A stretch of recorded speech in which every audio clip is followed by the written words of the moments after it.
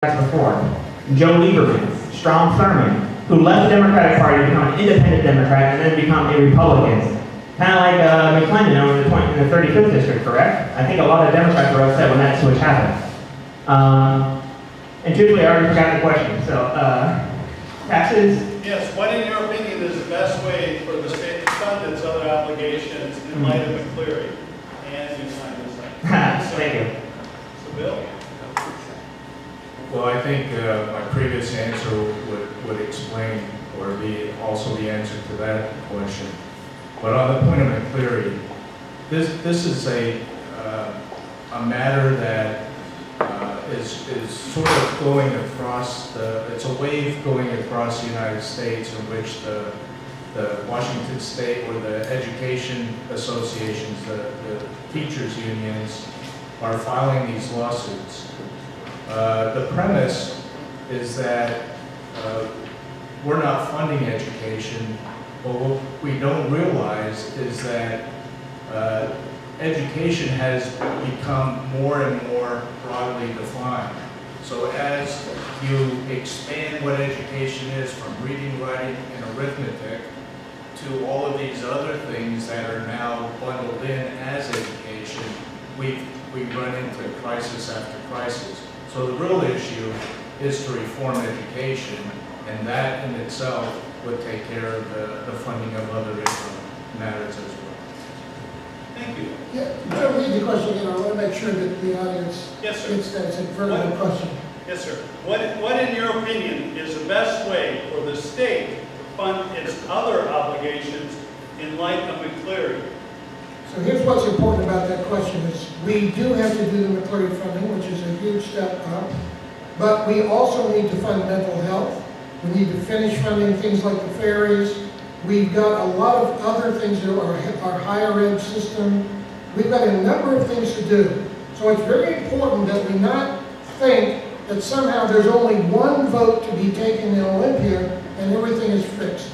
The work ahead for the next several years is for a legislature which is able step by step to lift all of those balls at the same time. That's what's important. And to do that in a way where we're fundamentally reforming our tax structure. That's going to take a kind of leadership in Olympia that we haven't seen. And that's why I filed as an independent Democrat, because I'm as interested in mobilizing my Democrat leadership as I am in cooperating with the very fine Republicans who also get themselves elected to the legislature.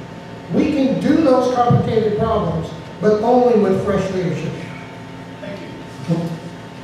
So the leadership that my former seatmate is talking about, this leadership that you're about to get in 2 years, or about to get next year when the Republican Party comes into the majority.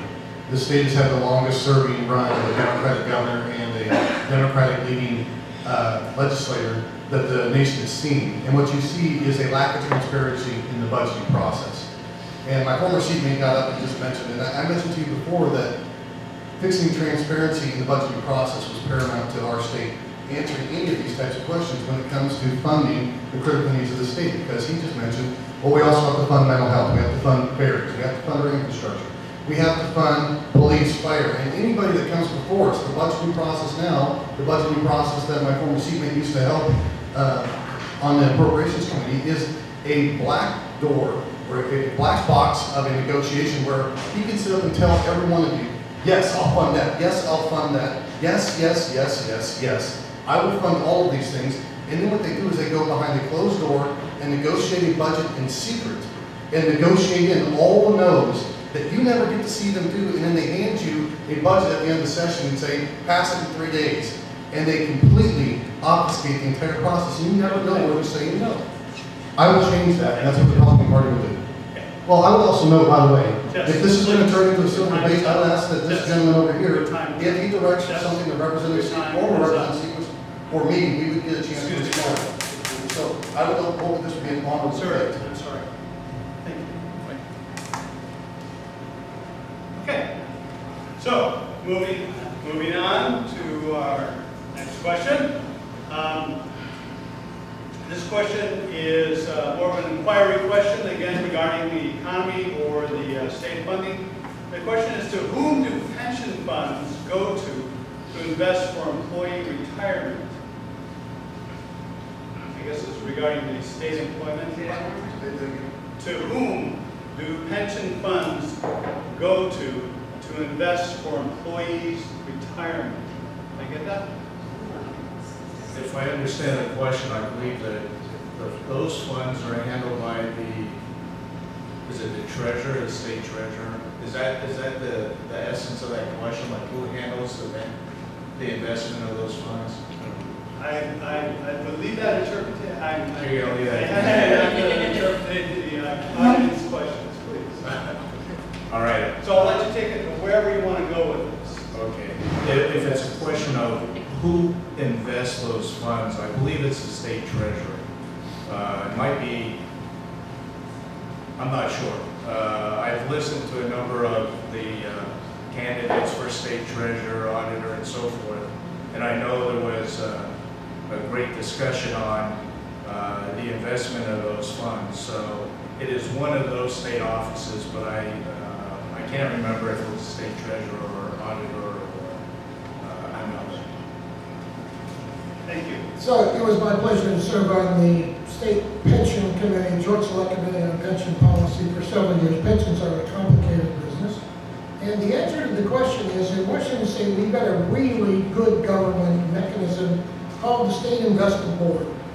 And we have 5 employees who are investment officers, plus a sizable staff. We pay them a hell of a lot of money, several $100,000 each for these investment directors. And they invest hundreds of billions of dollars in our pensions and other funds that are accumulated. And they do it very successfully.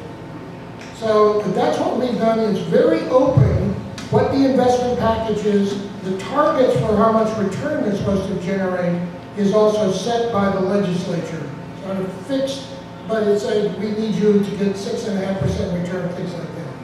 Now, let me finish by agreeing with my colleague, Jesse Young, about transparency in budgeting, something that I think he actually got this from reading my campaign literature. We do need that kind of open budgeting. Thank you. Thank you, sir. So what I would note with regard to what my former seatmate just said was, I don't believe the state should be investing its money.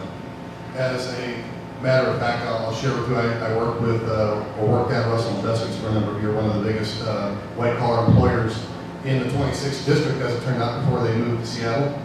And their rate of return that they got in the private sector set them apart from all other Wall Street companies, which is why they're one of the most successful companies outside of Wall Street that you'll find in the nation. That said, their rate of return that they would have had with the pension funds that we've invested in this state would have doubled what the current state did. So I don't think that the state board has done a good job. Actually, I think that the people that are benefiting or receiving money from those pensions would, if they had a chance to vote, would much rather have the money in that pension fund actually doubled if we let the private sector do it. It's one of the areas where I think you see this growing bureaucracy that a lot of people get frustrated with, where we pay these unelected officials to do jobs that the private sector does better. And so when it comes to investing in those pension funds, you can trust them. I would try to put them back where they can get a better bang for their buck. Thank you. Thank you, sir. No? Thank you. Retirement benefits belong to the retirees and the workers. The worker gave his time, his labor, and earned those benefits. And right now, our nation's culture is for the corporations to cut retirement benefits and to cut pension because they get to claim it as income, and that helps their bottom line, and it helps the shareholder values. Again, white corporations like BP Oil and Comcast are directly or indirectly contributing to Mr. Young's campaign because they are buying these legislatures so they can continue to cut pension and retirement benefits. Me, I do not accept corporate contributions. My father, he lost the majority of his pension. They're still trying to take it away today with the Central States Pension Fund. They want to eliminate the rest of what he's earned over his 30 years of service in one company as a union truck driver. That's wrong. That needs to stop. Pension funds should not be a source of profit for capitalists that are trading on the stock market. You know, these need to be protected. And I will be the strongest defender of pension. Thank you. No, it goes on to Larry for next question. Oh, Okay, so this is A rather lengthy question comes from our audience member who has a concern. She or he says, conversion therapy involves such things as electric shock, isolation, and extreme temperatures. A vote against the prohibition concerned me.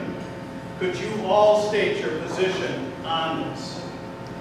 Maybe a long question, but the short answer is yes, I firmly oppose this harebrained idea of conversion therapy. If you may not know, there has been a movement from some far-right sectors of our society to say that if a person was gay, that it was somehow just a psychological defect that could be fixed. And so what we would do is provide conversion therapy to unscrew the problem. That's alone. And we need to be very careful in our state. There have been some attempts lodged by an organization called ALEC, which talk about backroom dealing, writes bills in the back room elsewhere, and has our Republican legislators introduce them. There was a bill to try to authorize that. And fortunately, it was shot down. It needs to be shot down every single time. We need to bring great sympathy, empathy to all of our fellow citizens who are going through whatever questions they may have about their sexual orientation. That's theirs, not ours. Thank you, sir. Yes? I do not support and voted this way in 2014, along with my seatmate at the time, to stop or try to prohibit any type of forced conversion therapy that would amount to torture. I do not support it, and I would not. Very good. Thank you, sir. Alex? A very short answer. You know, and It's called being pithy. it's surprising that he was for that, but I'm happy. You know, it's surprising to me though because of how aggressive he's been towards our transgender neighbors here in the state of Are you Washington. going to answer the question? If not, I want my time back and I'll respond to him. So, okay, yeah, well, let's do that. But yes, conversion therapy has zero basis in science or medicine, and practice needs to be banned as torture. I agree with you there. Now, for transgender, and again, you don't want me to talk about this clearly, because yes, you're transphobic, hateful campaign against them has failed. You guys didn't get enough signatures. So you need to stop worrying about other people's genitals for a problem that hasn't happened anywhere in this state, and treat people fairly and equally. That's all we want, and it's easy. So stop trying to divide us. You know, that's the fear tactic that Larry talks about, but that Larry's doing the same. He sits here, talks about Trump and police, you know, and his introduction had nothing about what he's actually going to do here. So yes, conversion therapy is wrong, and we need to make sure our LGBTQ neighbors are treated completely fairly and equally under the law. Thank you. And The benefit of going last is I can say I agree with all the above, so that concludes my opinion. thank you, Bill. Please hand the mic down to Justin. This is actually in the same theme. This question came up is, what do you favor doing as a legislator regarding the rights of transgender people? Well, I think that this discussion needs to be made very clear up front. Just because you might not want an unelected board to enforce upon a parent and a child relationship, the scenario where a child or my little daughter would have to go into a bathroom and stand next to a man and use that same facility without even having the right to ask him whether he should be there, I think does not mean that you're anti-transgender. Listen, if somebody has a decision that they want to make in their life to live that life, as a constitutional conservative, I'm going to stand up and protect that. But at the same time, I'm also going to protect the rights of parents to safeguard their children. As an adopted father of a kid from Ethiopia, I understand very dramatically how big and how coercive the human sex trafficking trade is and the slave trade is. We had to prove over and over and over again that we were not part of this process when we adopted our son in Ethiopia. These organizations are here. And an unelected board that imposes, how can you say I'm anti-transgender when I want to protect my daughter? Do you want my daughter to have to stand next to a criminal that might try to abduct her? You're changing this notion and trying to make me sound like a bigot. We shouldn't have dealt with this in the legislature, not an unelected board that put this on us over Christmas. Interesting how Jesse Young just complained about unelected boards over and over again, yet he supports charter schools, which are, again, run by an unelected board. Okay? So, there you go. Says one thing, you know, does another. So clearly, obviously, I gave mine defense of transgender rights here in the state. And again, and to add to that, let's go even further. LGBTQ youth are also more harshly discriminated against than a normal youth that's homeless. Here, and I know in Kids Hub and down in Pierce, there are very, very few resources for a transgender teen to go somewhere for shelter if they're homeless. The only one that I know is the Q Resource Center, and they're doing amazing things, and they've been trying to work hard to get more options. There is the Oasis Center over in Port Orchard, but they're faith-based, and they do not hire gay or transgender children to work in the coffee shop. So there's no places for them to go. And so our state needs, again, this is going to our mental health services. We need to focus on improving the social fabric of our state. Thank you, sir. This isn't a complicated answer because the answer is really spelled out in our Constitution. And it says everyone is entitled to individual rights. And some of those rights are privacy and security. So the issue really isn't what should we do about an individual and his choice. The question is, how do we provide privacy and security for those individuals? And I think as far as the school system, I know Ron Higgins, who's the candidate for superintendent, believes that there should be separate facilities that are private and secure that can be used by anyone, regardless of what gender they are or what gender they think they are. So the question is really embedded in our Constitution. I mentioned at the start that I spent several years working in countries that were in civil war and running meetings by people who arrived all carrying guns, quite willing to kill each other in a parking lot. And one of the pieces of wisdom that I accumulated from working around the world in these zones, these high, hot-tempered, everybody angry zones, is that you needed political leadership which was able to de-escalate, to cool things down, not to heat them up. And that's exactly the kind of political leadership we need right now in our state. This issue is a good test case. Let me just briefly remind you where we are. Federal law and state regulations put our school boards in a very tight legal box about what they need to do to handle transgender kids. At the same time, our families are struggling with how to step forward with a child or youth that has got that orientation. We need to be able to help carefully think our way through this. Thank you. Okay, sorry. No worries. Okay, so last question. This one's kind of lower the temperature a little bit in the room. Question is, what is your greatest weakness as a candidate? Helen. Well, I think some of you here might say I'm a bit too honest. But there's a reason for it. People here need help. They're tired of establishment politics. They're tired of politicians that'll just come to these things, they'll ignore the issues and just talk about each other. They'll talk about Trump or Hillary, that has nothing to do with these local politics here. They'll avoid the issues. And so for me, some see it as a weakness, but I think it's my greatest strength. That I'm not afraid to talk. That I'm not afraid to go to the fight. And I'm not afraid to be loud and aggressive and in the corner of every disadvantaged person in the state of Washington, but primarily in District 26. Because we've suffered far too long under Larry and Jesse from 2007 till today, and it's time for new leadership in Olympia. And Bill.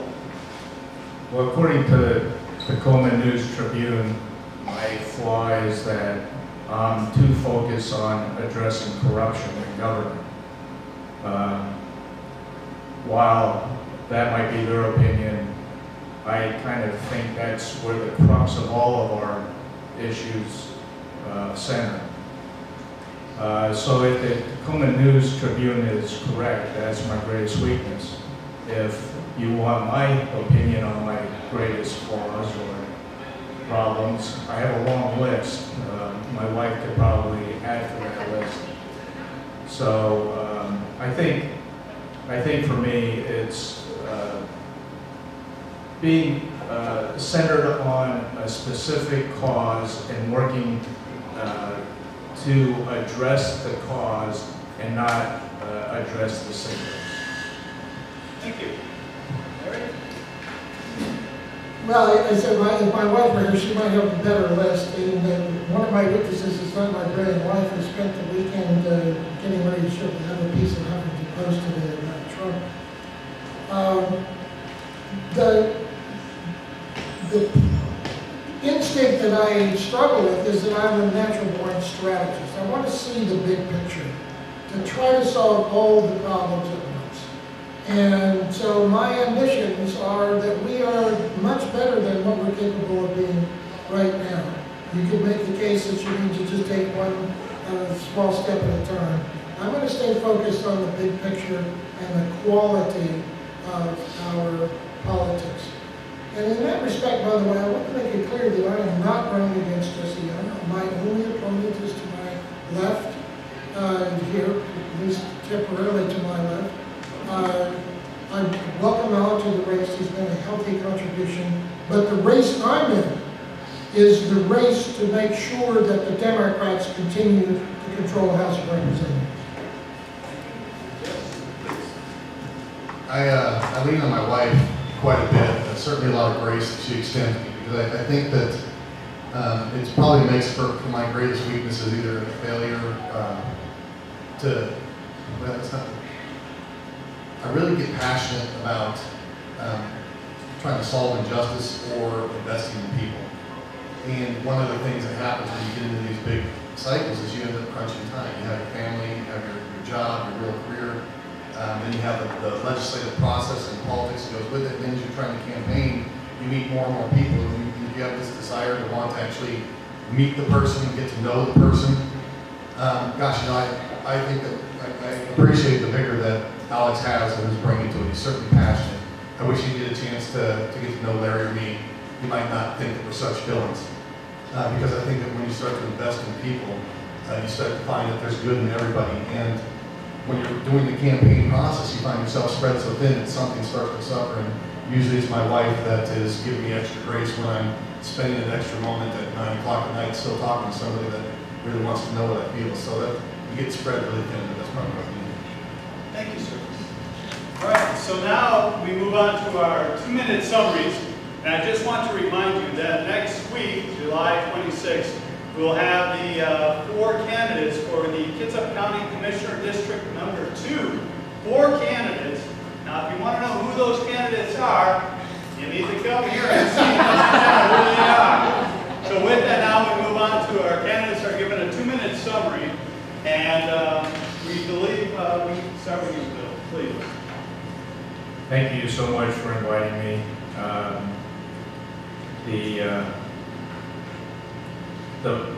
I would direct you to my website to learn, about me and the work I've done.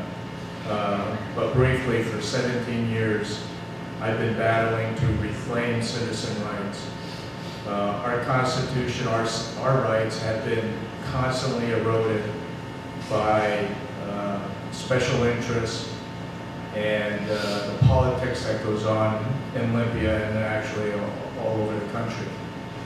I think I understand why we're losing our rights. I think I understand who's at the core of the rotten onion.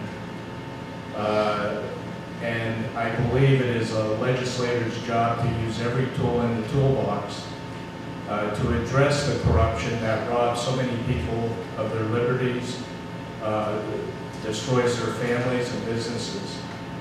The tool that I'm speaking about is really the bully pulpit tool. It's called Article 4, Section 9 of our Constitution.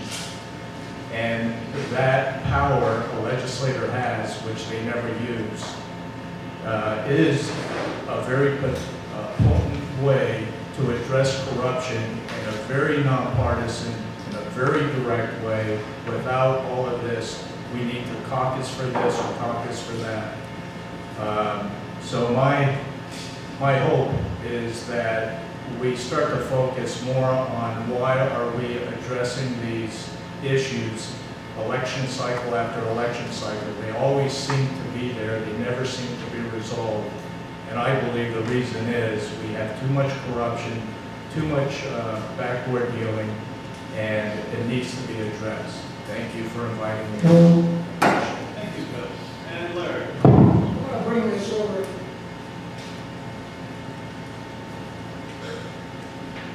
Everybody has their ballots at home right now. And this convention will last this week, and then the Democrats have a convention, and some of them are just as upset by the Democrats and what they say.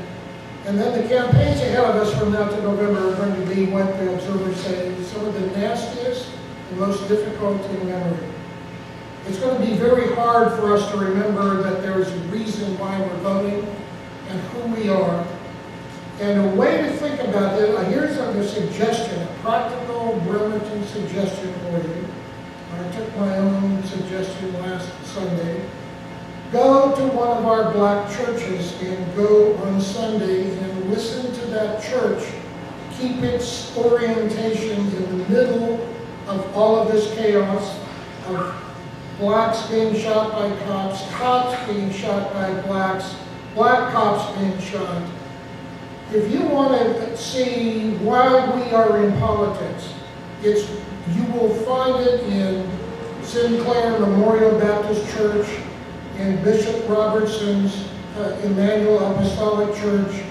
You're going to find a quality of dignity, a quality of pride in America, a quality of wisdom about who we are that will help all of us stay oriented, so that when we do keep voting, we vote ourselves out of this mess and into a better place, where we start treating each other better and start solving these problems.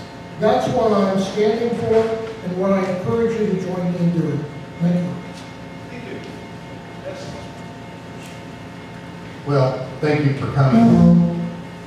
2 years ago, when I was running for this office, I made a pledge to you that I would be a bipartisan vote and representative on your behalf, that I would try to avoid the partisan politics and try to get real solutions for you. And in that race, I noted that at the time, after I was appointed, that I had a very bipartisan voting record down in Olympia. In fact, I voted less than 85% of the time with the majority of my own party. Well, I'm happy to tell you that after you trusted me with your vote, 2 years worth of bills have now been approved, and I still have that same voting percentage. It's one of the most bipartisan voting records in Olympia. I vote less than 85% of the time with the majority of my own party. In fact, as examples to you, again, I noted the WEA endorsement, which I'm happy to, because it's very rare that you see Republicans getting endorsed that way, especially a constitutional conservative like myself. But I would also note that when it came to supporting homeless issues and low income, I have been a champion in the Republican caucus. I've been a champion in the legislature. As a matter of fact, there was a bill this year that had to do with helping low-income people find housing. I was the 50th vote to make that pass off the floor. And what that means is that when you have a divided legislature the way that we do, where there's just one member majority to pass any type of bill, when the Democrat flopped or flipped on that bill and sided with the majority of my caucus, which I constantly chided on the floor for not supporting homeless issues more, that bill was going to fail. They needed a Republican to flip over, and I had already flipped. I was already on. Before that person flipped, I was the only Republican. And I then became the 50th vote to pass that bill because I maintained that pledge to you to be a bipartisan vote. I also made 3 promises to you. I told you 2 years ago that I would fix the Narrows Bridge toll increases, and I did it. I did it in the minority party. The only legislator in this district that has ever done that. I kept my pledge. I also told you that we could address a lot of our issues and balance the budget without raising taxes. I kept my pledge on that. And finally, to all you teachers out there, I told you that I would fight and be a champion for your COLAs and the top-down mandates on you, and I've done both of those. Thank you very much. Thank you, sir. Thank you everyone here that came out this morning so early. It's really appreciated. Thank you to the Bremerton Chamber for hosting this event in Cloverleaf, and the staff that came out here this morning to help host it. Thank you very much. You know, we're not going to fix education, infrastructure, healthcare by sending back legislators that have been there before. We need fresh ideas, we need fresh leadership. And I'm asking everyone in District 26 to take a serious look at these candidates and say, do we want to do this again? Do we want to watch our education to continue to crumble and fail? Or do we want to see people in there that are going to care about us, that says, hey, your benefits need to be protected. You deserve $15 an hour. You deserve to be able to go home when you're sick and take care of your family. And so this is what our campaign is about. Our campaign is your campaign. Your fight is our fight. So go to alanmatias.com, sign up on our site, go to your ballot or your mailbox, find your ballot, and vote. And above all, be active, stay active. Because when we stand together, we can achieve our fight and our victories for social, racial, economic, and climate justice. Thank you. Thank you.